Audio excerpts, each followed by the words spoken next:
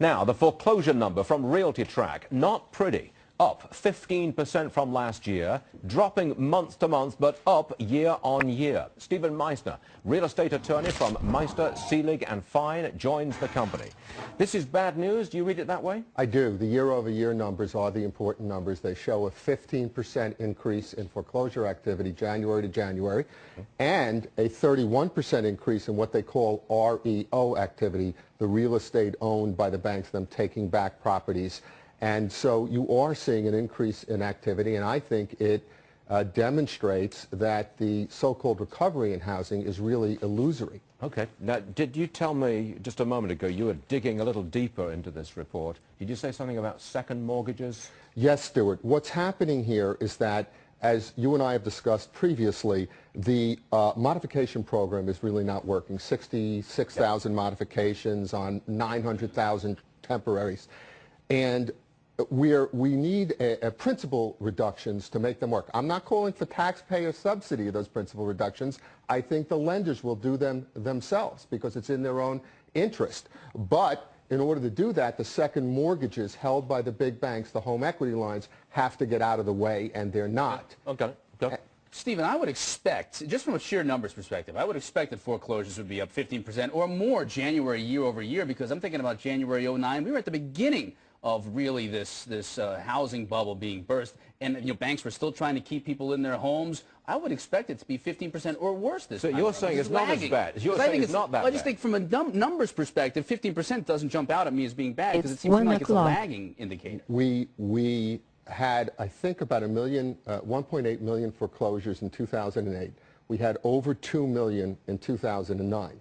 Quite a lot of people to lose their homes. So I do think they'll be on the order of 2.5, maybe 3 million. That might be a little high in 2010. That's quite a lot of foreclosures. It's huge, but is that notices going out, or is it people kicked out of the home? The increase in activity, I believe, is the commencement of foreclosures.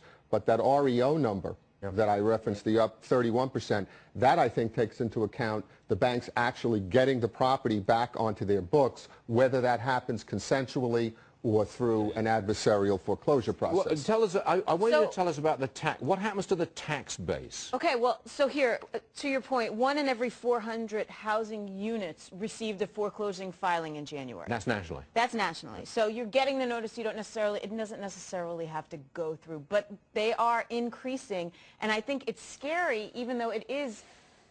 You're right that it was worse last January. The government has done so much in an attempt to prop up this market, and it's failing miserably. These tax credits are not working. Nothing is working to help people stay in their homes. And then you have property taxes, to your point. Now, we're not really seeing all that much in New York, New Jersey area, but man, are we going to. If the foreclosures come, we pay the most property taxes basically in the area, in the country. New Jersey in particular, about 7% of income goes to property taxes in our state, whereas a state like Nevada or Arizona, it's down along the lines of 2%. So you're going to see that dramatically decrease, as well as these foreclosures continue. So you're saying many states already in financial difficulty will receive less in property taxes in the future because there are so many foreclosures, and if a home is foreclosed on, you're not paying the property tax on it. Absolutely. That's the story? That's the story. And we, in our area, have not seen it yet. Nevada, Arizona, they have been experiencing this for a while now. Yes, and something that I think gets missed a lot is, it's not great for everyone to stay in their homes. Some of these modifications work a terrible injustice, or at least a havoc on the people's lives. In other words, some of them are truly better off if they have a very small investment, becoming renters and having more free cash flow to take care of their children, to do other things with their lives. We've had that debate several times. So what I want to ask is, let's see if we have a silver lining here. 60% of these foreclosures in just 6 states. They say real estate is local. Can a national country say, okay, maybe around the country things are better, and it's just those 6 problematic states? It's a good point. It is overly concentrated in those 6 states. but it is still a sizable economic problem, even though it's those 6 states. And we're not in a position to take on, in my view, this is opinion, more deficit associated with... And you still have adjustable rate mortgages that are coming due this year, too, Stuart, and that will make it worse. Before we leave the residential real estate market, I want to make one point. In my opinion, the best asset value of any at the moment is a really nice house in a very wealthy neighborhood, a single-family home. Best bargain out there. I don't think you're going to get it that cheaply. Do you? Yes, you can. Right, in a great house in a great neighborhood. Half price, distressed sale. Well, there really is a split market in housing now. There's a subsidized end and an unsubsidized end. The end you're referring to is unsubsidized, and there are some bargains there. Stay there, Stephen.